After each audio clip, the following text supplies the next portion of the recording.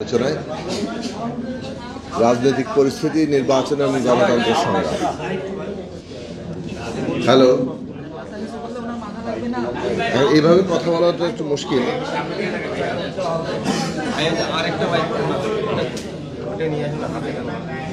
আর কোনো মাইক্রোফোন আছে?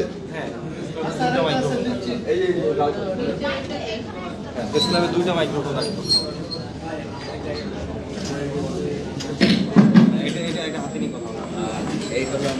সবাইকে সালাম এবং শুভেচ্ছা। আসসালামু আলাইকুম। গণতন্ত্র মঞ্চের আজকের এই আলোচনা রাজনৈতিক পরিস্থিতি, নির্বাচন ও গণতন্ত্রের সংগ্রাম। আমরা শুরু থেকেই 5ই আগস্টের অভ্যুত্থানের পর থেকেই বলে আসছি, বিচার, সংস্কার এবং নির্বাচন। একটু কথা শোনেন। বিচার, সংস্কার এবং নির্বাচন বাংলাদেশের এই মুহূর্তে প্রধান জাতীয় স্বার্থ।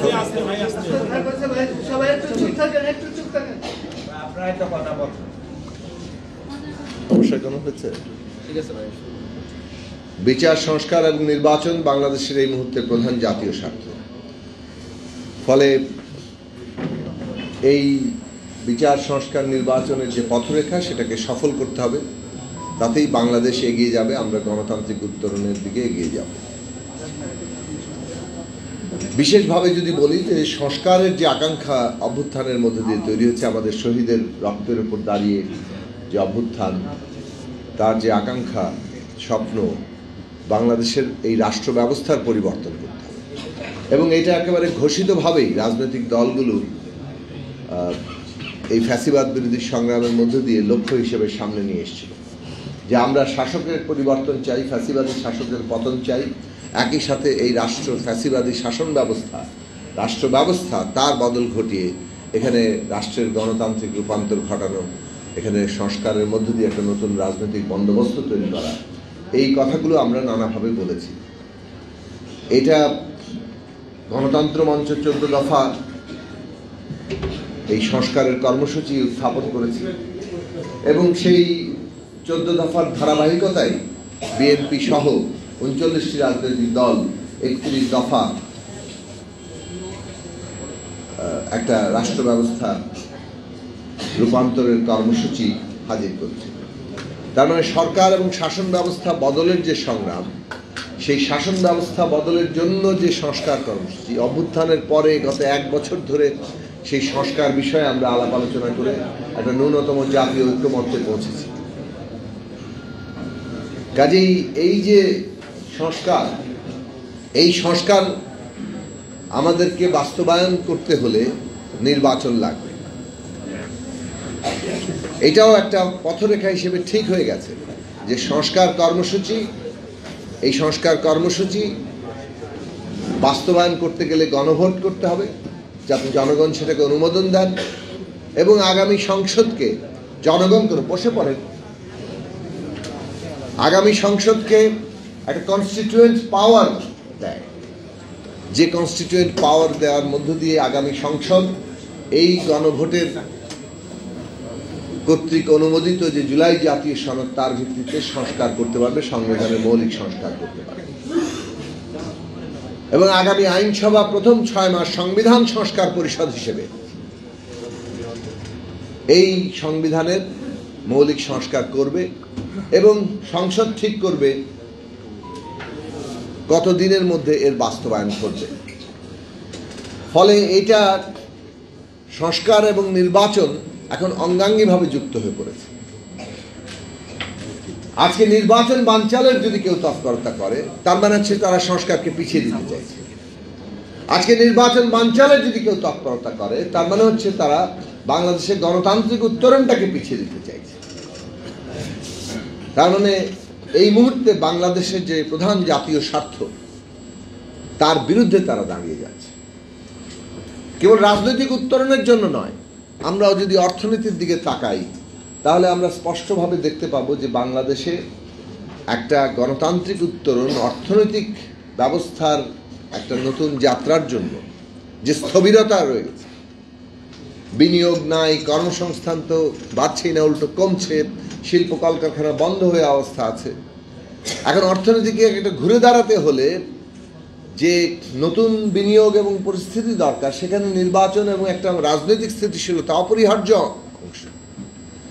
এবং সেই পুরো বিষয়ের দিকে আমরা যদি খেয়াল রাখি, তাহলে আমাদের নির্বাচনটা সামগ্রিক রাজনৈতিক, অর্থনৈতিক, সামাজিক, সাংস্কৃতিক একটা গণতান্ত্রিক যাত্রার জন্য এখন অপরিহার্য হয়ে দাঁড়িয়েছে। তাহলে কারা নির্বাচন বানচাল করতে চায়?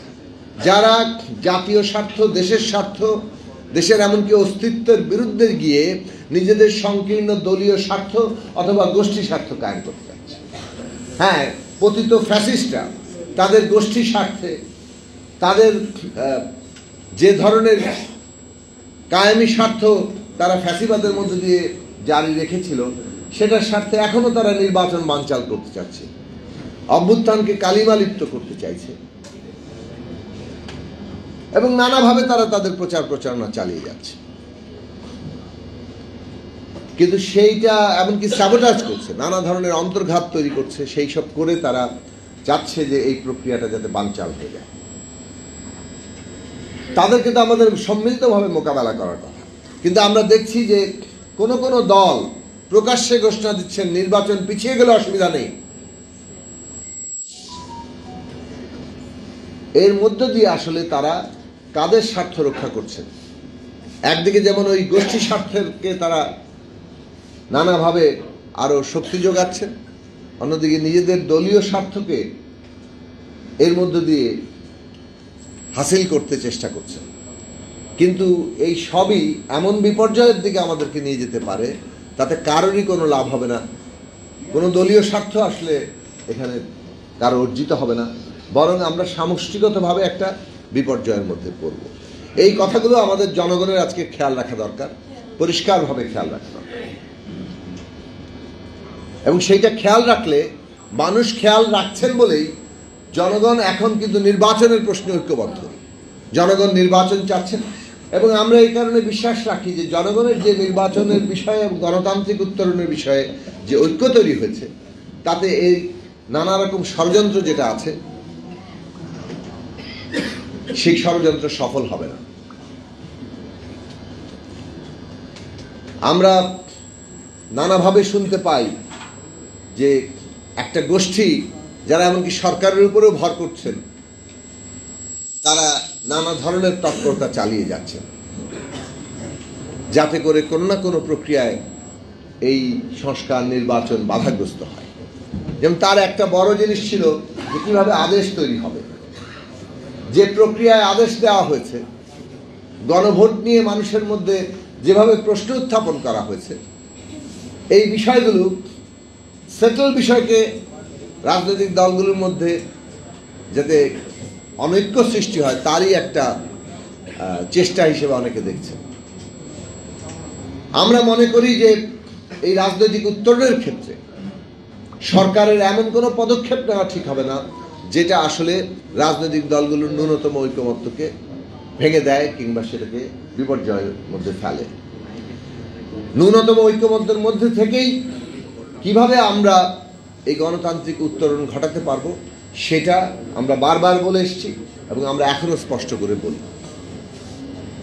আমাদেরকে অবশ্যই এই রাজনৈতিক উত্তরণের ক্ষেত্রে একটা দায়িত্বশীল ভূমিকায় যেতে হবে, কারণ না হলে কি কি বিপর্যয় ঘটতে পারে সেই বিষয়গুলো নিয়ে আমরা বারবার হুঁশিয়ারি দিয়েছি।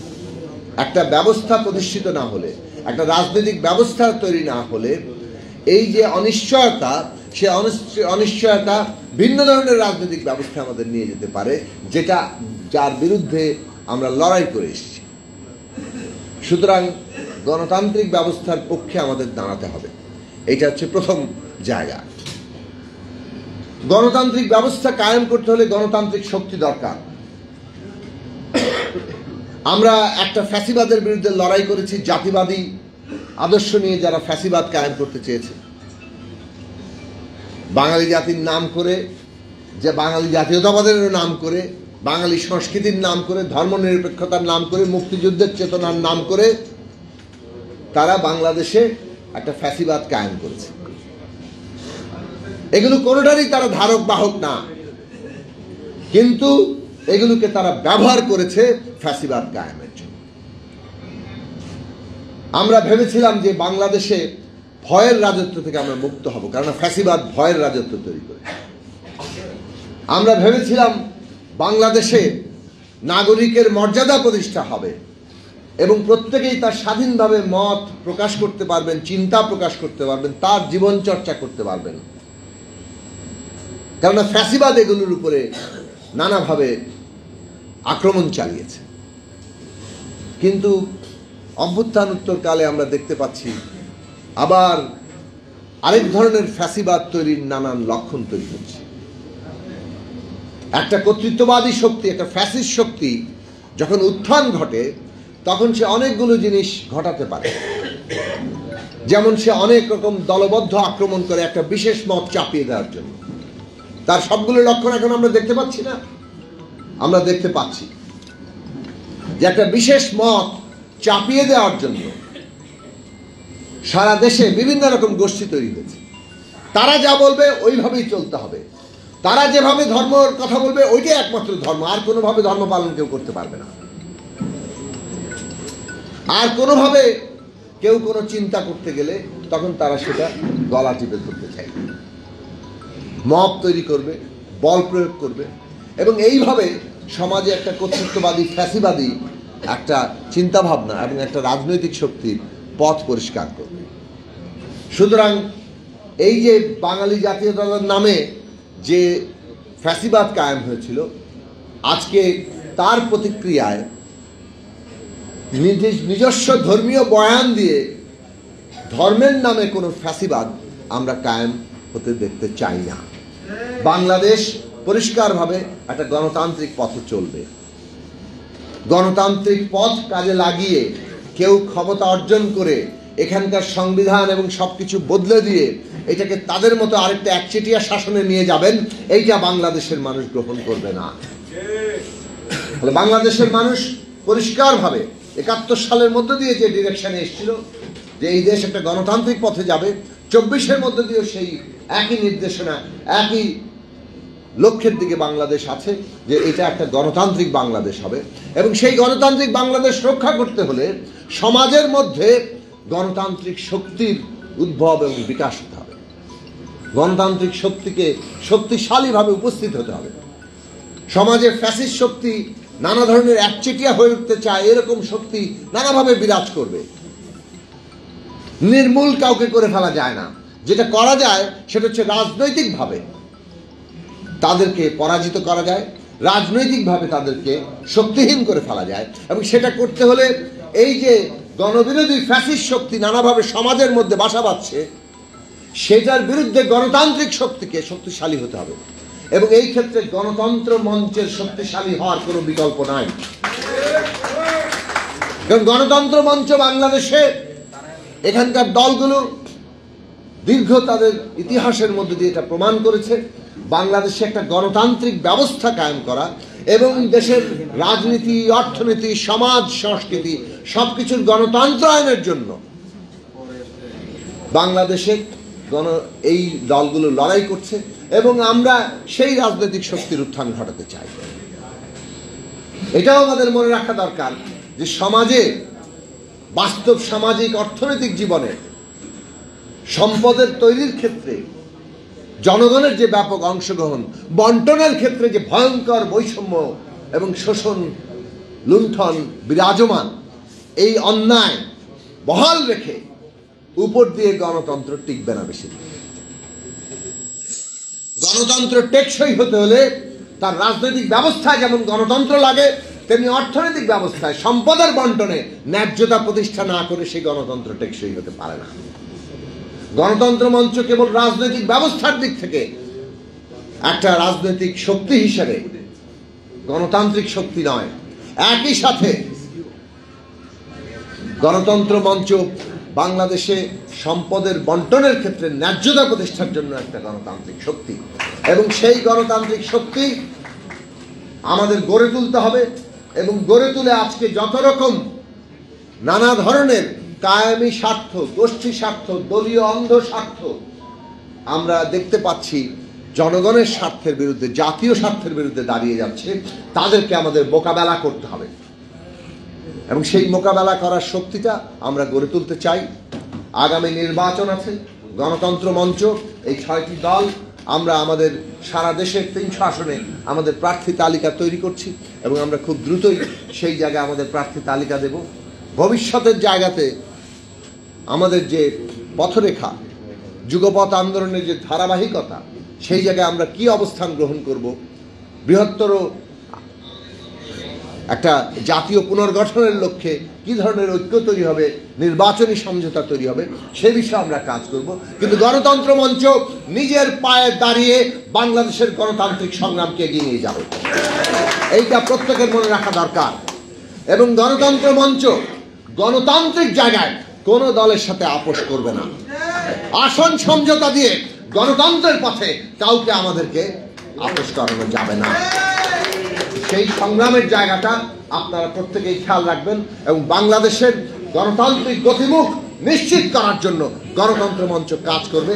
এইটা এই দেশবাসীর রক্ষা কবচ হিসেবেই আমরা সেটা লড়াই করছি। আপনাদের সবাইকে ধন্যবাদ, ভালো থাকবেন।